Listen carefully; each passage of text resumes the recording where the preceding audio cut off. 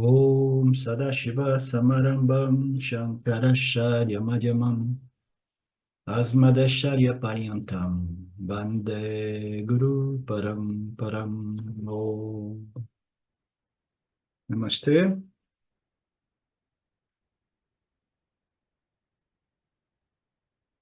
Ok, então, como é que a gente vai lidar com uma mente nessas condições, né?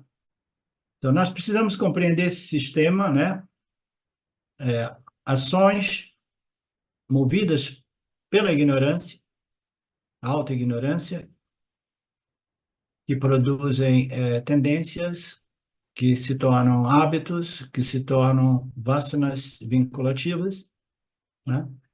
Que depois se tornam a mente tirana, né? A mente que me escraviza e me amarra no samsara, né? Então, nós temos que aceitar a nossa responsabilidade também neste processo, né? Eu fui dando corda em corda em corda para uma mente movida, né, pelos órgãos sensoriais, devido a esta crença equivocada de que os objetos do mundo possam me resolver, né? E ao invés de me vitimizar, né? Vitimizar, dizendo, eu sou uma vítima, eu sou uma vítima. Não, nós assumimos a nossa responsabilidade, sabendo que, não, eu nutri, eu acabei criando esta situação, e agora é minha responsabilidade reverter este processo, né? Eu criei, eu nutri, e agora a mente se tornou este monstro poderoso, né? Então, da mesma forma, nós teremos que gerar, né, iniciar, gerar novas vasanas, né, para que essas vasanas gradualmente possam substituir as vasanas auto-ignorantes, né?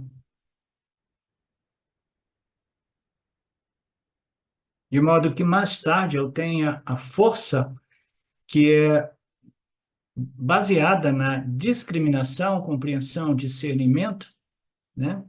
E a minha disciplina, né, de ser capaz de dizer, não, mente, você não irá mais se preocupar, né? Você não vai se preocupar.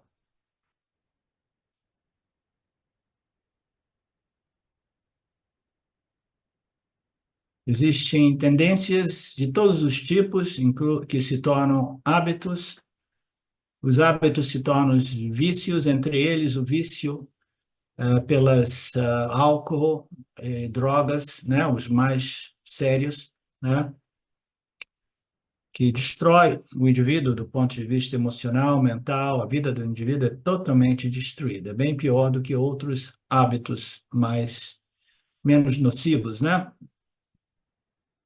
E dando o exemplo desses hábitos mais radicais, mais extremos, nós sabemos o quanto é difícil você quebrar um hábito desse, né? As pessoas que têm problema com drogas e álcool, né? Elas sabem que elas têm que passar o resto da vida delas em total disciplina, né? Utilizando o apoio de um grupo que te fortalece, né? A manter este compromisso com a sua saúde mental, emocional, intelectual.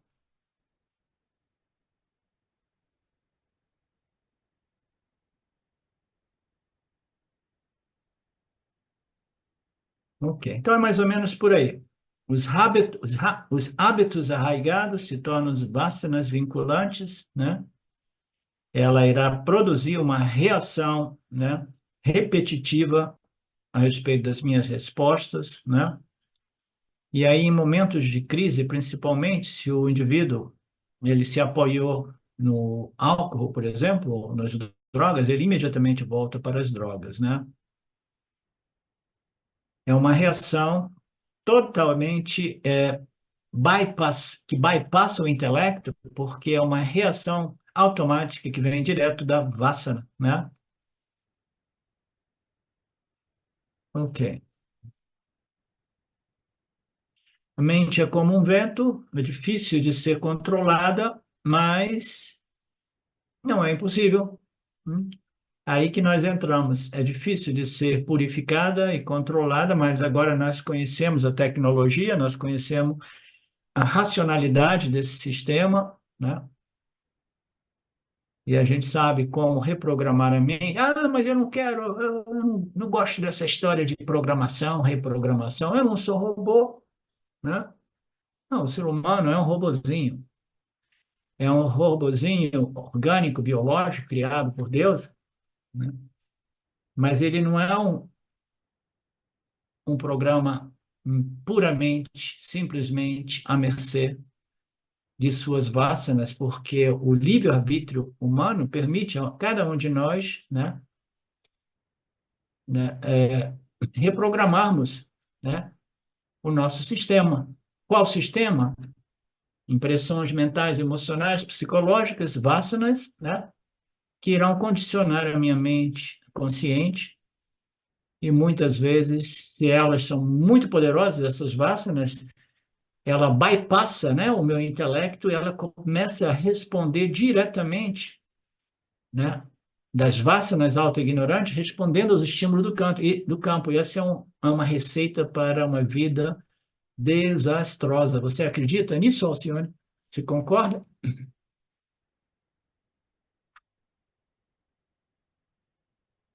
Então, nós sabemos que nós temos um grau de responsabilidade em tudo isso. O ser humano é um computador orgânico biológico, ele foi produzido por Maya Schwara, ele é processado, ele é movido por vassana. Nenhum ser humano consegue viver sem essas impressões, essas tendências, que é o porão da mente.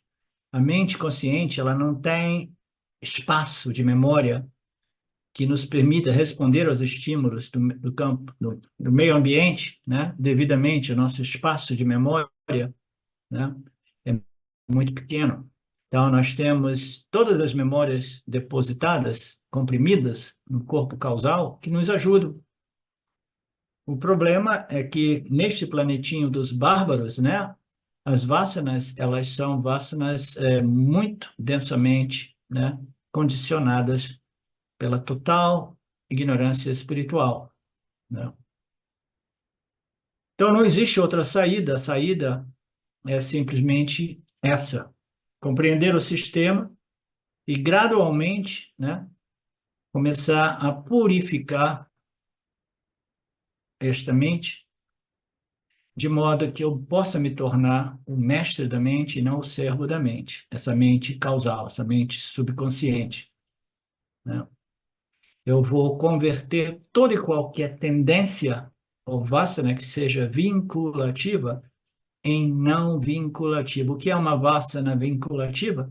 É uma resposta automática, né, violenta, que bypassa o intelecto, né, sem que eu perceba, né, e eu não tenho nenhum poder sobre ela, porque ela é muito mais forte do que eu. Então, essas vassanas, essas tendências, né, em automático, elas precisam ser convertidas em vassanas não vinculativas, vassanas que eu tenha tempo à minha disposição e capacidade de disciplina, vigilância e observação para impedir que essas respostas violentas bypassem o meu discernimento, o meu livre-arbítrio, né?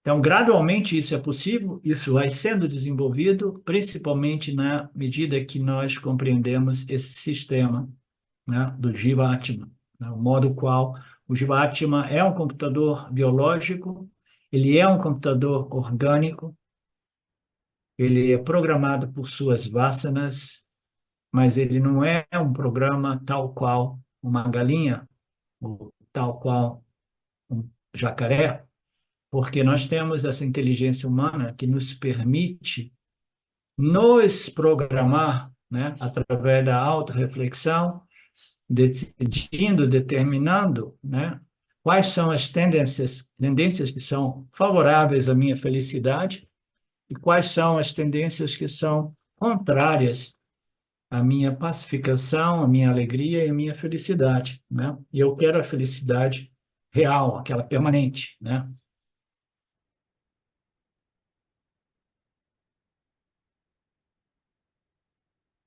Então, que história é essa? O Vedanta é um programa, ele serve simplesmente para me programar diferentemente, mas eu não estou interessado em ser um programa, não. O Vedanta é um programa, mas o objetivo do Vedanta não é te reprogramar. Reprogramação é um meio, não é um fim, né? Esse é um ponto importante.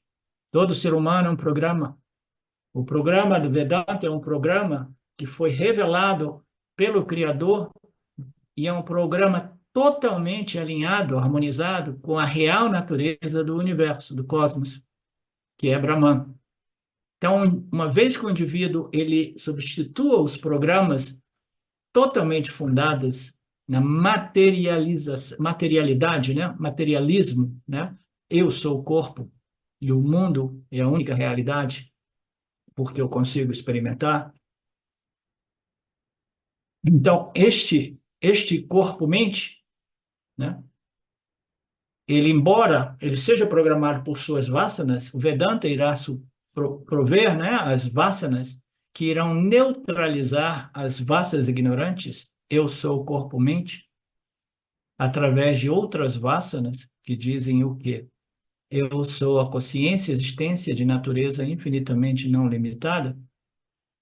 Embora este seja um outro programa, é um programa que irá neutralizar as noções equivocadas a respeito de mim mesmo, para me deixar livre de noções a respeito de eu mesmo, porque eu sou a existência, a essência, né? A essência, a natureza essencial, intrínseca de tudo.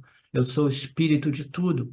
E esse espírito é auto-evidente, ele não precisa de noções para se sustentar. O autoconhecimento, ele inicia a nível acadêmico, a nível teórico, né? A nível intelectual, mas esse é somente o início. Deste ponto de vista, o Vedanta parece uma filosofia, mas é uma filosofia somente se o conhecimento acadêmico for considerado um fim por si mesmo. Não, ele serve simplesmente para cancelar todas as outras noções, de modo que nós possamos reconhecer e assumir a nossa real identidade, a nossa real natureza, como a luz da consciência, na qual as noções equivocadas foram canceladas por noções totalmente em harmonia com a minha real natureza. E agora eu não preciso carregar noções algumas. Você entende, Mariné? Não pense que o Vedanta seja simplesmente um processo de reprogramação do corpo causal e seja um fim por si, não. Ele é simplesmente um meio, né? E o autoconhecimento inicia quando nós reconhecemos clara e livre de qualquer dúvida aquilo que nós somos. Existência, consciência de natureza infinitamente não dual. Mas nós estamos interessados em ser felizes aqui. O mais importante é que nós sejamos sábios do ponto de vista espiritual e que tenhamos a força para esgotar o nosso parábada neste planetinha dos bárbaros, que é um grande desafio, né? A força, a resistência, o equilíbrio para viver, esgotar o nosso karma aqui, né? Com o espírito de gratidão, né? De reconhecimento pela oportunidade, etc. E assim nós passamos para o próximo arquivo.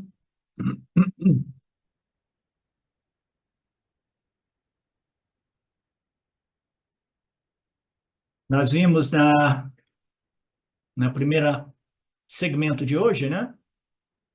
É que este capítulo 6 sobre as meditações, né? Que abordou todos os estágios, né? Das meditações como sugeridas, como expostas pelas escrituras vedantinas, né? Depois nós vimos o porquê e os benefícios de tudo isso. Depois nós vimos os obstáculos, as dificuldades. E agora nós vamos ver as soluções, os remédios, né? E depois de apresentar as soluções e os remédios, né? o a Juna continuou a choramingar, né? A chorar um pouco, né? Mas é difícil isso e aquilo, é impossível, é quase impossível, né? Não, não é quase impossível, né? E o controle da mente, ele jamais será absoluto. A mente, ela naturalmente, ela continua vagar. Você precisa desenvolver somente um certo nível de maestria que te permita dizer, ok, não, sem exageros, mente, você pode, a sua natureza é fluida, você gosta de vagar como o vento, eu te dou um pouco corda, você pode vagar um pouquinho, mas eu determino quando você pode vagar e quando você não deve vagar. E quando você vagar, você jamais deve criar a preocupação, a obsessão, né? O medo, essas emoções, sentimentos que prejudicam a minha faculdade de intelectual, de discriminação e discernimento. Então, nós queremos ser mestres de uma mente que, por natureza, é fluida e que vaga, né? Então, ninguém vai ter um controle absoluto da mente, a menos que o indivíduo esteja interessado em Nirvikalpa Samadhi, mas Nirvikalpa Samadhi não é a solução.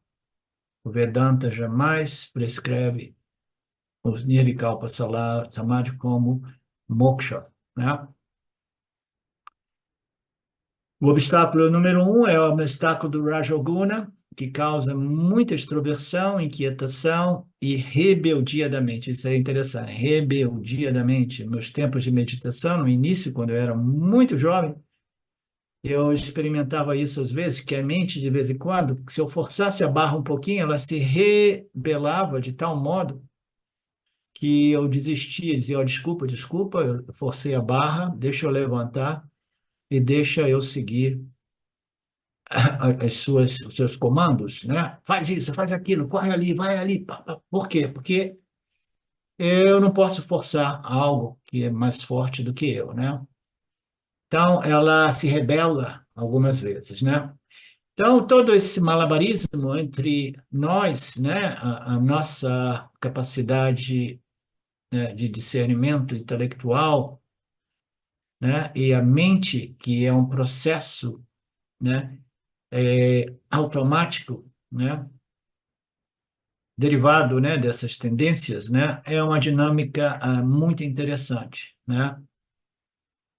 E o processo aqui é aquele que me permita um certo grau de maestria sobre a mente, de modo que eu possa fazer o meu Nididhyasana vedântico e reconhecer aquilo que eu sou, assimilar, internalizar e reter esses conhecimentos de tal modo que a minha autoignorância seja definitivamente neutralizada, aí então eu posso, né, viver sem necessidade de disciplina, ou práticas, ou exercícios, ou vigilâncias, ou isso ou aquilo, né?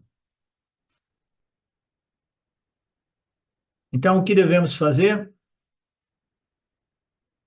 A mente, ela escorrega como um peixe, né?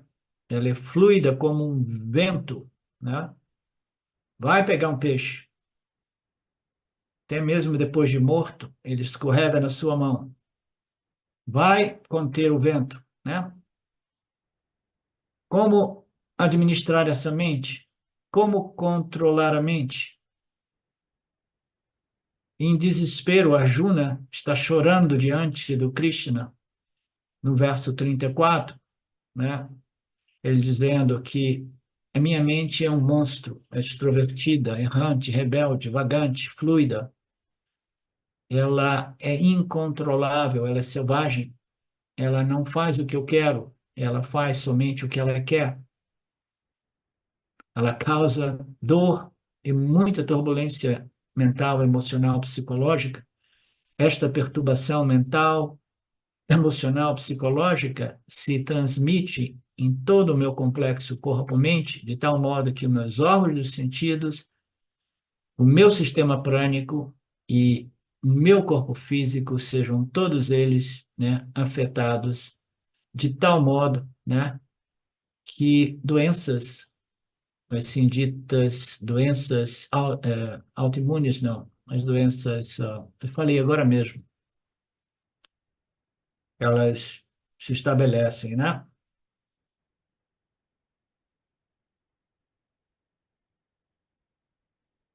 Esta natureza poderosa da mente se chama pramati.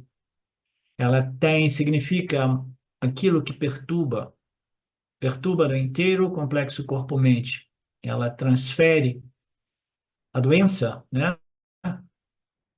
A perturbação ao inteiro complexo corpo-mente. Ela é muito forte.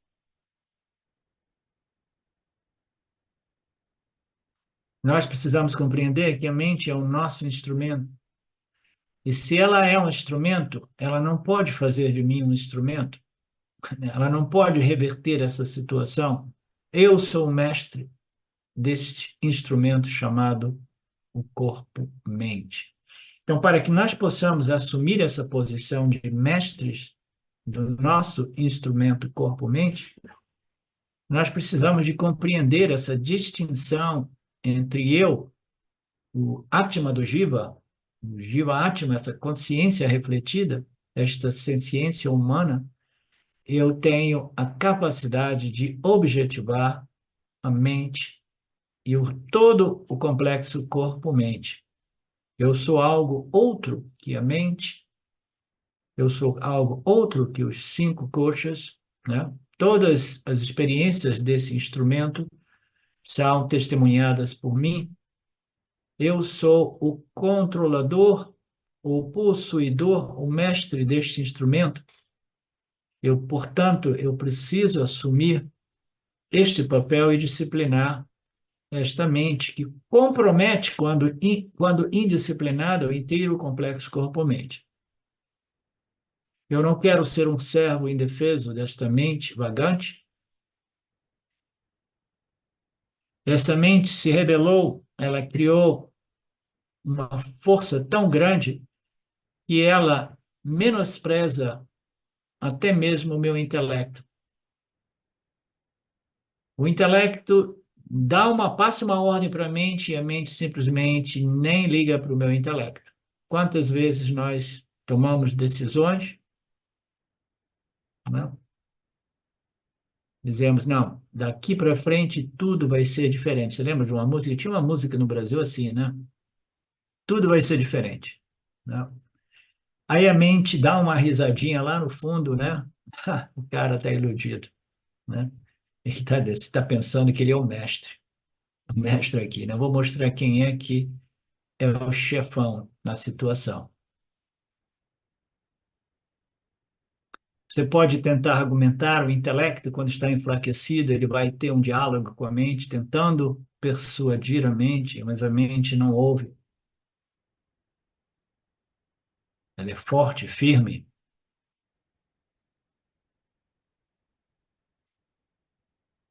Eu tento dizer para ela, cala a boca, ou pelo menos muda de assunto, né? Você está criando uma perturbação enorme para mim, né?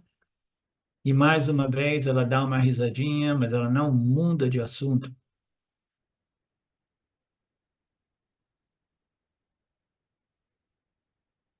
Ela é toda poderosa, parece que ela tem uma vida livre e independente do meu livre-arbítrio, e a este ponto parece que o seu domínio sobre eu, o Jivatma, é firme. A menos que eu retire a mente do mundo, como posso canalizar a mente para o Atma? Então, aqui o Swami começa a abordar a causa raiz do problema. A mente desenvolveu essas tendências tiranas, essas tendências extrovertidas, né? Poderosas, né? Devido a quê? Ao vasanas derivadas, né? Desta noção equivocada de que o mundo ele possa ser a fonte, né? Através do qual eu possa obter essa felicidade permanente. Então, a mente passou vidas e mais vidas focada no anátema, né? O não ser, né? Na matéria, na energia, nos objetos, né? Densos e sutis, ela está voltada para o mundo dos objetos, né? E agora você precisa de educá-la de modo tal que ela se volte para o ser, que é a sua real natureza.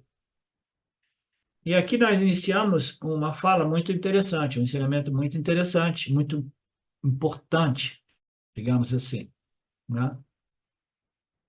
A mente, ela se ficou presa e amarrada no anátema, no mundo dos objetos de experiência, porque a ela foi dita que é a única forma de paz, né, e satisfação e felicidade, e através do consumo das experiências que são favoráveis aos meus gostos, né? E agora eu descubro, né, em contato com o Vedanta, eu descubro que o mundo, o Anatma, ele não possui essa felicidade intrínseca que eu imaginava.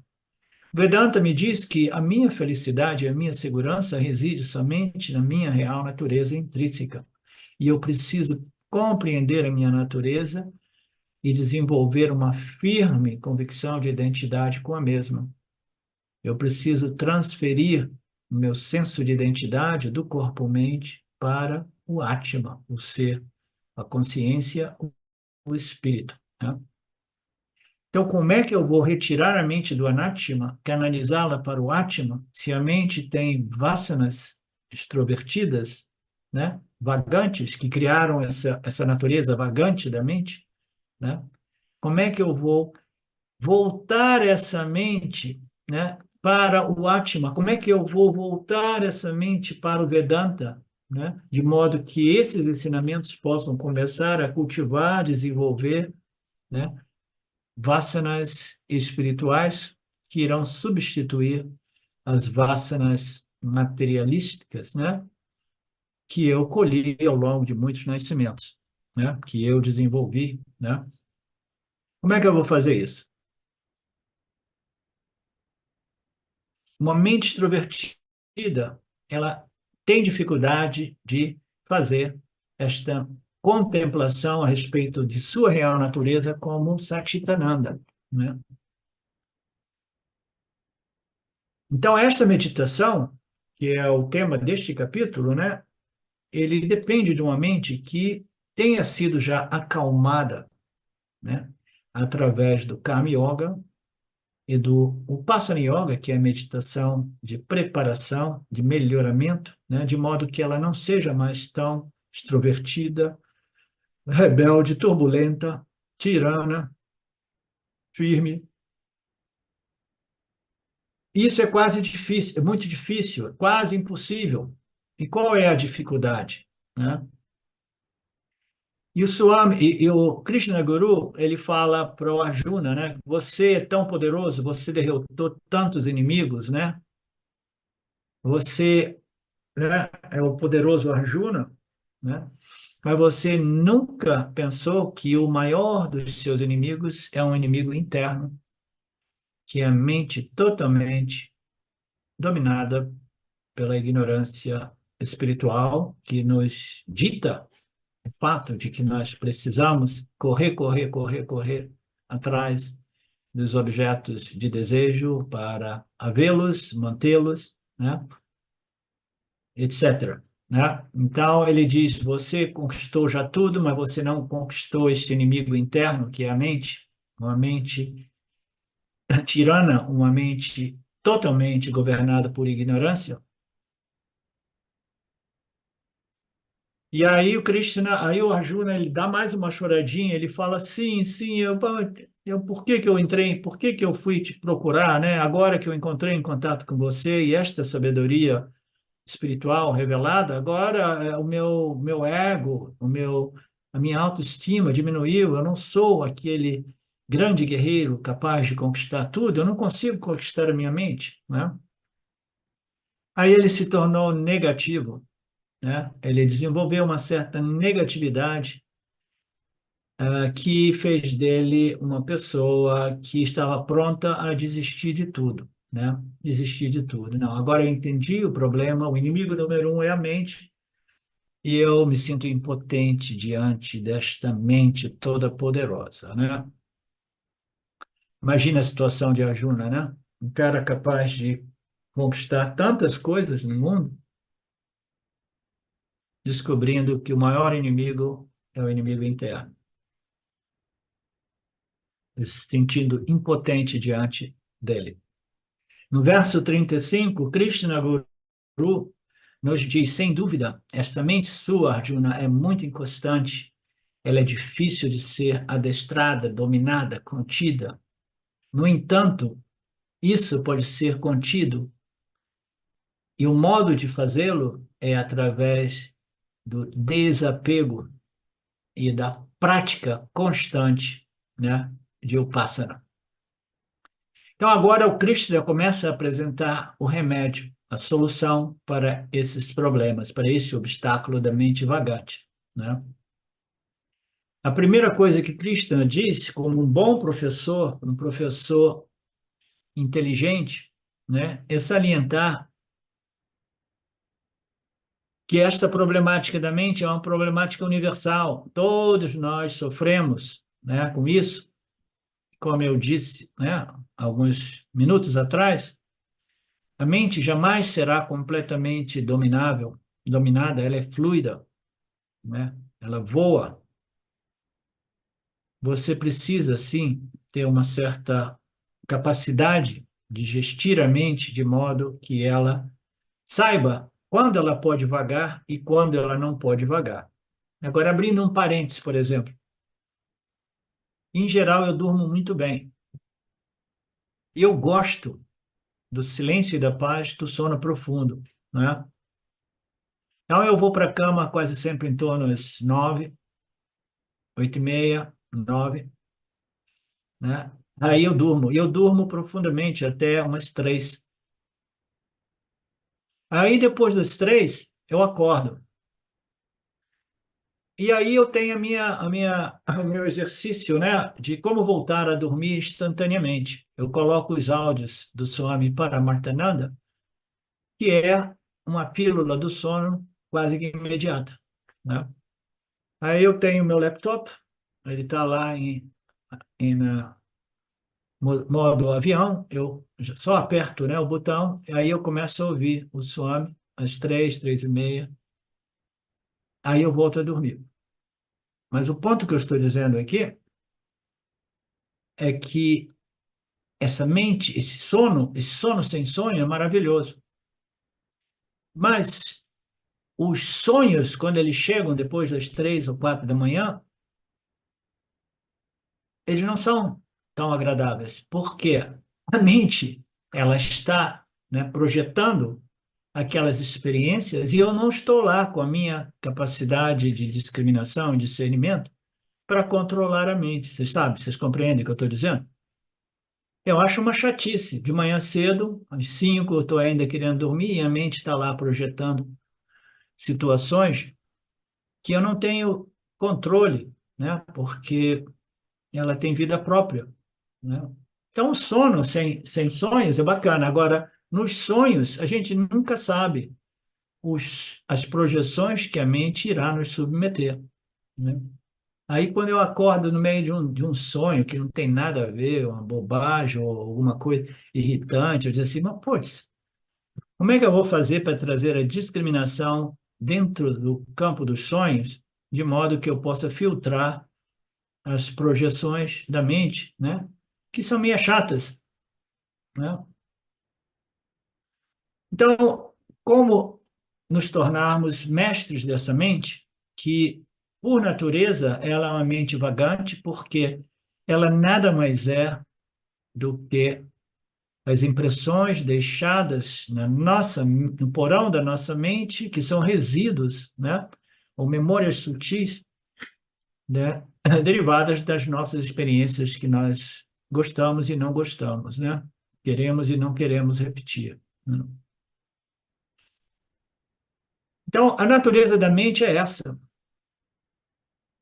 Ninguém jamais consegue paralisar a mente, a menos que você se torne um yogi, um siddhi, com capacidade de paralisar a mente, mas isso ainda assim não representa nenhum problema para a problemática fundamental humana. Você precisa de educar a mente, e para isso você precisa um certo nível de maestria sobre a mente, um certo nível de poder, de tal modo que ela possa vagar, mas de acordo com a sua vontade também, dizer, a capacidade de dizer agora não.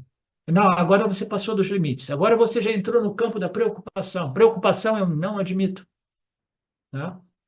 Então nós temos que ter uma capacidade de administrar uma mente que por natureza é fluida e vagante, né?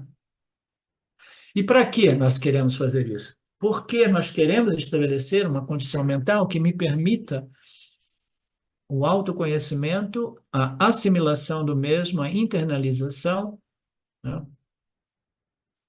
E a retenção deste autoconhecimento que irá resolver a minha problemática humana de tal modo que eu não precise mais fazer todas essas sadhanas, né, de vigilância, de isso, discriminação, e para uma vez que esse conhecimento seja espalhado no campo de minhas vasanas agora são vasanas saudáveis, mas no meio da noite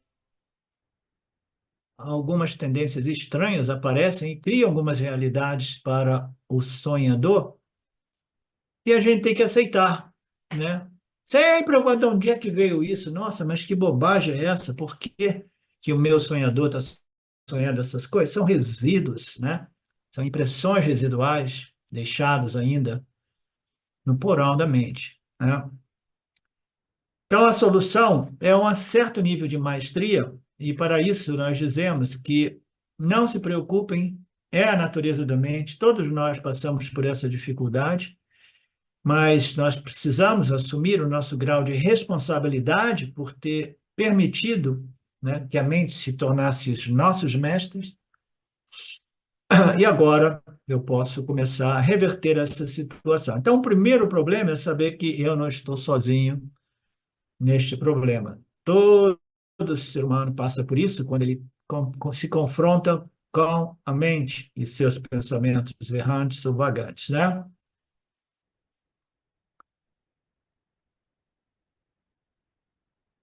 Então, o senhor me faz alguns exemplos, entre eles um que é interessante, né? É porque aqui eu moro na roça e ultimamente eu ouvi dizer, né? O Ronaldo me disse que está acontecendo em diversos locais no Brasil, também no sul do país, no Paraná, no interior.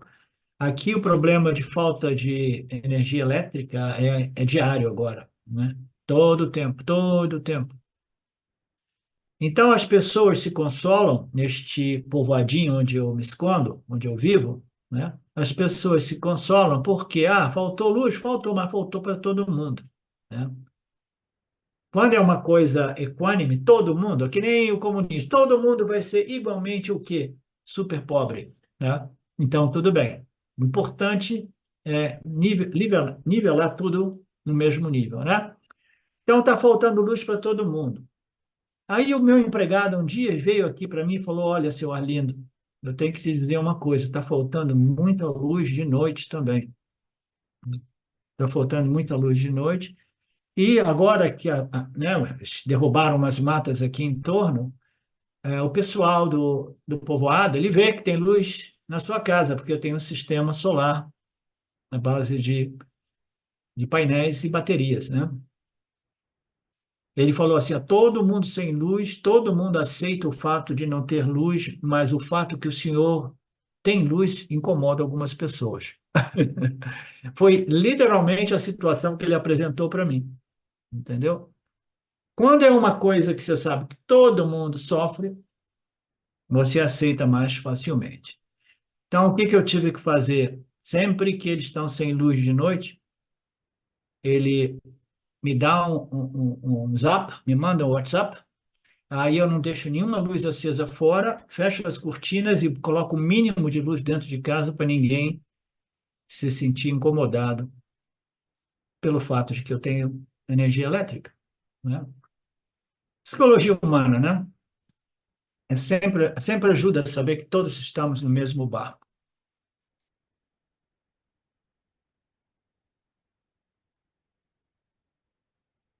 Então, seu Arjuna, o grande Arjuna, Mahabharata Arjuna, o grande herói, né? Você que se sente o máximo, né?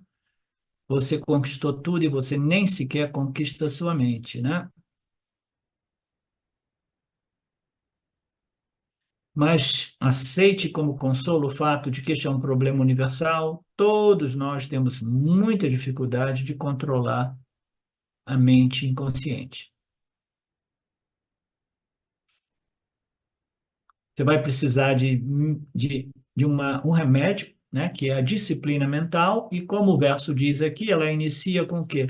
A prática do não apego, que é uma prática que requer muita compreensão espiritual a respeito do sistema Ishvara, Ishvara, Jiva e Jagata, e o sistema Jiva, o modo qual as minhas experiências deixam impressões mentais, emocionais, psicológicas, que são depositadas no porão da minha mente, que irão nutrir ou desenvolver novas vasanas, depende, né, do modo qual eu direciono a minha vida. E nós somos movidos por este condicionamento que é o corpo de nossas vasanas, a nossa memória subconsciente, né? Então, desapego, a prática do desapego, ela vai ser possível através de uma determinada compreensão que é muito profunda.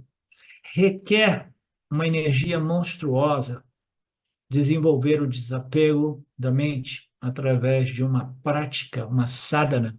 E esta sadhana precisa envolver muita compreensão do mecanismo, não somente Shwara Jiva Jagata, mas o micro mecanismo que é Vasana, tendências, pensamentos, palavras e ações que irão nutrir vasanas ou modificá-las, ou no caso dos nossos esforços espirituais, irão redirecionar ou começar, iniciar a cultivar novas vasanas.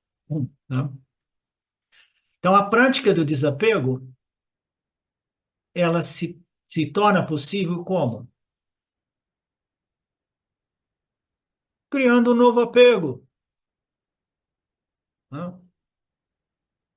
O Swami Shimayananda costumava dizer que o processo espiritual nada mais é do que um processo de desapegar do mundo e se apegar em Brahman. Você se desconecta do mundo e se conecta com a sua essência, a sua real natureza. Então, é um desapegar, apegar, desconectar e conectar, né? Então, este desapego, ele só é possível através de um processo no qual você desenvolve um novo apego, né? Novas vasanas. O que é uma vasana? São tendências que já criaram raízes na minha mente subconsciente. E essas vasanas, elas iniciam como o quê? Como um desejo, né, por algo. E no caso desta virada, né, desta virada espiritual, o desejo aqui é um desejo pela realidade, é um desejo pela minha real natureza, que eu ouvi dizer é sempre livre e independente de tudo aquilo que ocorre neste mundo. Então, eu vou me apegar aqui às escrituras do Vedanta expostas por um guru, um professor competente, né? Então, eu vou desapegando do meu passado, né? Foi todo ele condicionado por ignorância espiritual e me apegando com esta sabedoria espiritual através da associação com as escrituras e de de um professor competente. Então, este desapego ele somente é possível na medida que nós desenvolvemos o quê? Um desejo pelo autoconhecimento. O desejo pelo autoconhecimento somente é possível se eu compreendi o quê? O valor do autoconhecimento. Tá? E o valor do autoconhecimento será retido somente se eu desenvolvi uma real confiança nas escrituras e no professor que expõe esses ensinamentos. Então, no final das contas, a gente só consegue cultivar uma vasana na medida que a gente acredita que ela possa realmente me realizar, me resolver, me libertar do samsara para um buscador de moksha, né? Então, para que eu possa conectar e desenvolver essas vasanas espirituais, eu preciso ter confiança. O primeiro estágio é o quê? Expor a minha mente, né, aos ensinamentos, né, com o professor, fazer o meu trabalho de casa e, gradualmente, o que que eu vou desenvolvendo, Marcelo? Shraddha. Shraddha, que eu comumente eu coloco como pré-condições. Confiança nas escrituras que dizem, né, que o autoconhecimento é a única saída para a problemática do samsara. Então, esta confiança é indispensável, é o início, é o tijolinho, né, de fundação na qual esta elevação espiritual é possível, tá? Se edifica, né? Então, eu tenho que ter confiança nas escrituras, confiança no professor, e aí eu digo assim, não, eu vou continuar neste processo até que a minha confiança seja tão forte, tão forte, tão forte, que aí eu não vou ter nenhum problema de me apegar às escrituras, porque eu acredito no valor das escrituras expostas de um determinado modo, não meramente acadêmico. Eu acredito que essas escrituras realmente ela possa resolver a minha problemática humana, né? Então, o único modo da gente desenvolver o desapego do mundo é desenvolvendo o apego às escrituras que revelam a minha real natureza sempre desapegada de tudo. Parece uma contradição, porque nós estamos falando apego no mundo e apego nas escrituras. O apego das escrituras serve somente para neutralizar o apego do mundo, de modo que você possa desfrutar de sua natureza jamais apegada a coisa alguma. Ok? Então, Shraddha, a confiança. A confiança eu também costumo colocar como pré-qualificações a confiança, a paciência, né? Porque não é um processo, em geral, que ocorre da noite para o dia. Ele pode requerer alguns meses, alguns anos ou algumas vidas, né? Alguns nascimentos, né? E mais tarde o Arjuna vai voltar e perguntar, putz, mas parece tão longo esse processo, e aí? Se eu fizer todo esse esforço espiritual, vai tudo ser perdido quando o meu corpo falecer? Né? Naturalmente, o Arjuna estava sendo um pouco negativo, pensando que ele não tinha nenhuma chance de se realizar nesta vida, o que não é o caso. Ele se tornou não somente o grande guerreiro, mas o grande sábio Arjuna, né? Shraddha, confiança, paciência, perseverança, né?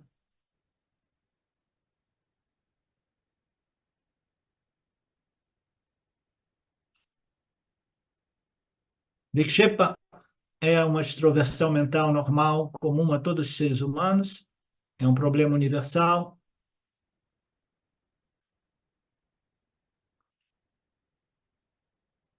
Aí o Swami conta a problemática da rede elétrica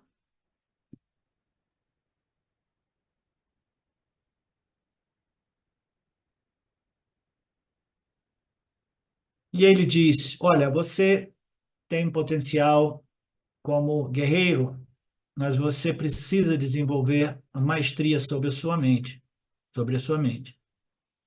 E esta força, ela vem do seu interior, não vem da flecha, do arco, da espada. É a força do seu livre-arbítrio, da sua discriminação, do seu discernimento, que irá dobrar essa mente vagante, essa mente errante. É uma força que existe intrinsecamente, inerentemente em você.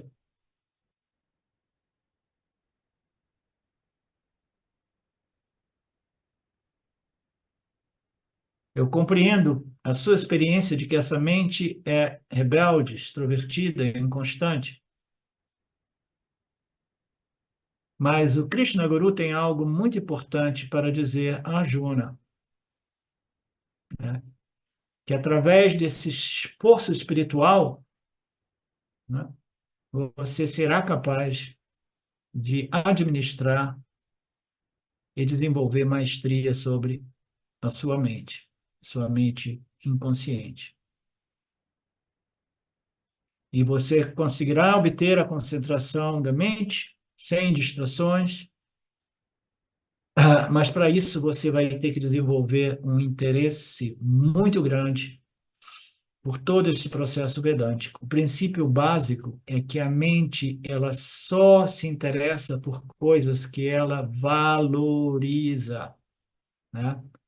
Se a gente valoriza o romance, o sexo, a comida, a mente ficará focada em torno a esses objetos de desejo sem dificuldade, né? Quando a gente se apaixona pela primeira vez, nós experimentamos um samadhi absoluto, né? Com o nosso amado, a nossa amada, né? Porque você ama aquele objeto de tal modo, você experimentou tanta bem-aventurança em contato com aquele objeto, que você permanece em samadhi com aquele objeto. O foco é total. Portanto, nós não conseguimos obter este apego, né? Este desejo, este foco nas escrituras, de modo que eu possa ouvir, assimilar e reter esses ensinamentos, a menos que eu compreenda claramente, fortemente, que o autoconhecimento, como obtido sob a luz dos ensinamentos dos Upanishads, é a única solução para a problemática humana. Não existe outra saída. Requer muita maturidade e muita discriminação.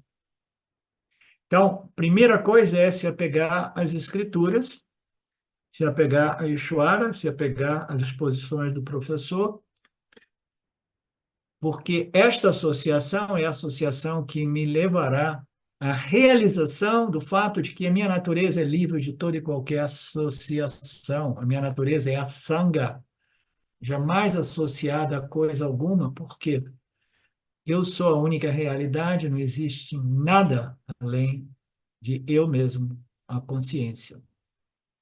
Então, a associação é muito importante. A associação com as escrituras, a associação com pessoas associadas às escrituras, né? De modo que nós possamos desenvolver uma confiança, uma fé,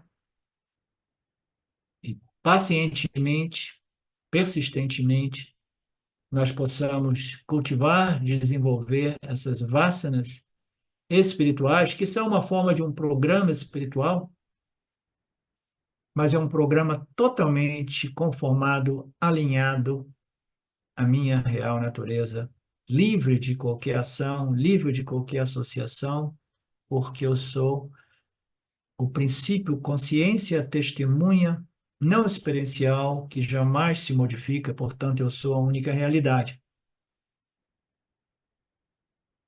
Todos nós sabemos o que é o foco, o que é a concentração, porque quando nós amamos alguma coisa muito, muito, muito, né?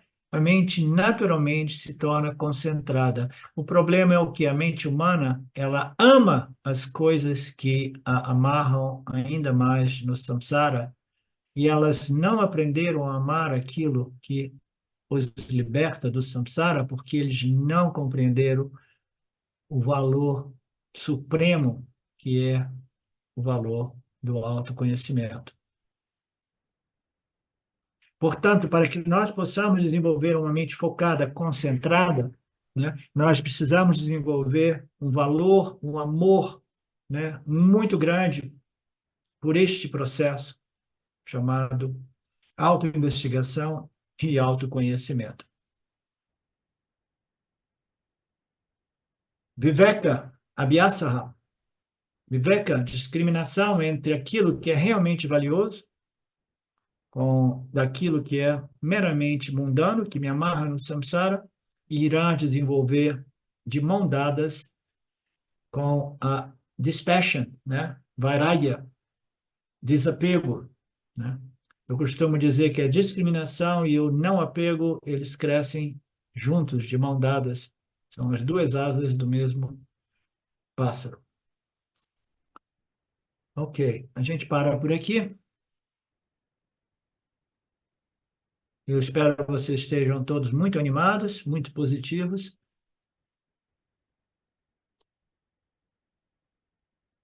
Certo, Felipe?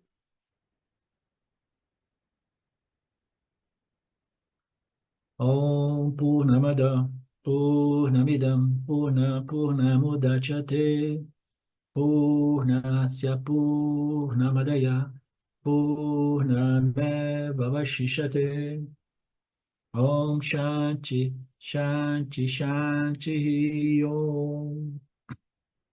Namastê, até amanhã, mesmo canal Mitya, a beleza do Gita. Olá, queria trazer aqui para vocês o quanto eu tenho me beneficiado dos ensinamentos do Vedanta. Esses ensinamentos do Vedanta, eles mudaram a minha vida, o meu estilo de vida, né? A partir de uma compreensão sobre Jagata, o mundo, sobre essa pura inteligência, Ishvara, sobre o Jiva, né? A mente, o funcionamento, sobre a aplicação do Karma Yoga diariamente na vida, o quanto isso beneficia a purificação da mente, né? Para poder daí acessar aquilo que é mais valioso. Aliás, eu diria sem valor estimável, inestimável, né? Uma riqueza profunda, que é a compreensão sobre os ensinamentos de Satya, a consciência, a existência ilimitada que sou. Bom, eu sou uma aluna de Vedanta, desse grupo Vedanta Brasil,